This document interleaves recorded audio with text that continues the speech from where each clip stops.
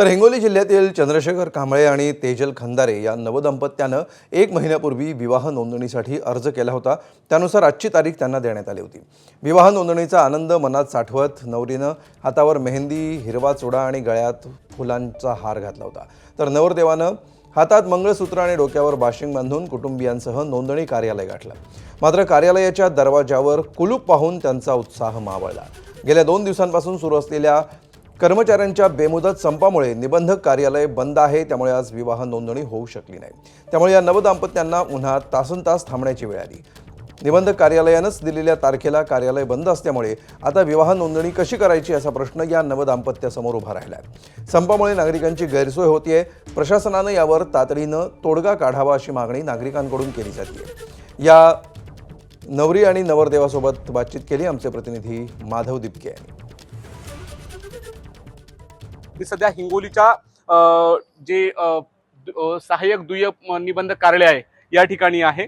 ज्या जोडप्यांना आज नोंदणीसाठी विवाह नोंदणीसाठी तारीख दिली होती ते सर्व जोडपे अशा पद्धतीनं या कार्यालयामध्ये येता येतं। परंतु या ठिकाणी जे कार्यालयाचं आहे ते अधिकारी कर्मचाऱ्यांचा आजपासून 21 तारखेपासून लक्षणीय बेमुदत संपात सहभागी झाले आहेत। त्यामुळे कार्यालयाला पूर्णपणे कुलूप पाहायला मिळते आणि याचा फटका नवरी नवरदेव ज्या नोंदणीसाठी आले त्यांना बसतोय। मला सांगा, तुम्ही नोंदणीसाठी आलते विवाहाच्या, तुम्हाला कशासाठी आलते? आज तारीख दिली काय? आज आम्हाला कार्यालयाने तारीख दिली होती 23/4/2026 या रोजी आमचा लग्न विवाह या कार्यालयामध्ये होणार होता।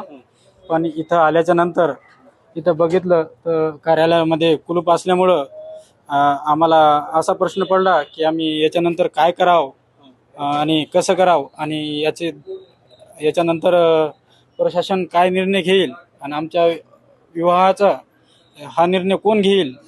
आपल्याकडे एक पद्धत आहे की नवरी नवरदेव आल्याच्यानंतर सगळेजण आपुलकीनं घरी बोलवतात। तुम्ही ज्या ठिकाणी नोंदणीला इथं काय लोकांचा काय प्रतिसाद होते? कोणी आहे का इथे? कोणीच नाही। बरं, अच्छा, आता आम्ही करायचं काय? बरं, तयार होऊन आले तुम्ही? फार खूप अच्छा, तयार होऊन आलो। बरं, निश्चित संप सुटेल, त्यावर सरकार काहीतरी मार्गही काढेल। परंतु या संपामुळं ज्या नवरी नवरदेवांच्या नोंदणीच्या विवाह नोंदणीमध्ये अडथळे आले तर त्यांचं काय, हा प्रश्न निर्माण झालेला आहे। संपातून मार्ग निघेल, परंतु जे नवदाम्पत्य आजच्या दिवशी नवीन संसाराची सुरुवात करत होते त्यांच्या सुरुवातीपासूनच अडचणी आल्याचं या ठिकाणी आपल्याला पाहायला मिळते। माधव दिपके, एबीपी माझा, हिंगोली। एबीपी माझा, उघडा डोळे बघा नीट।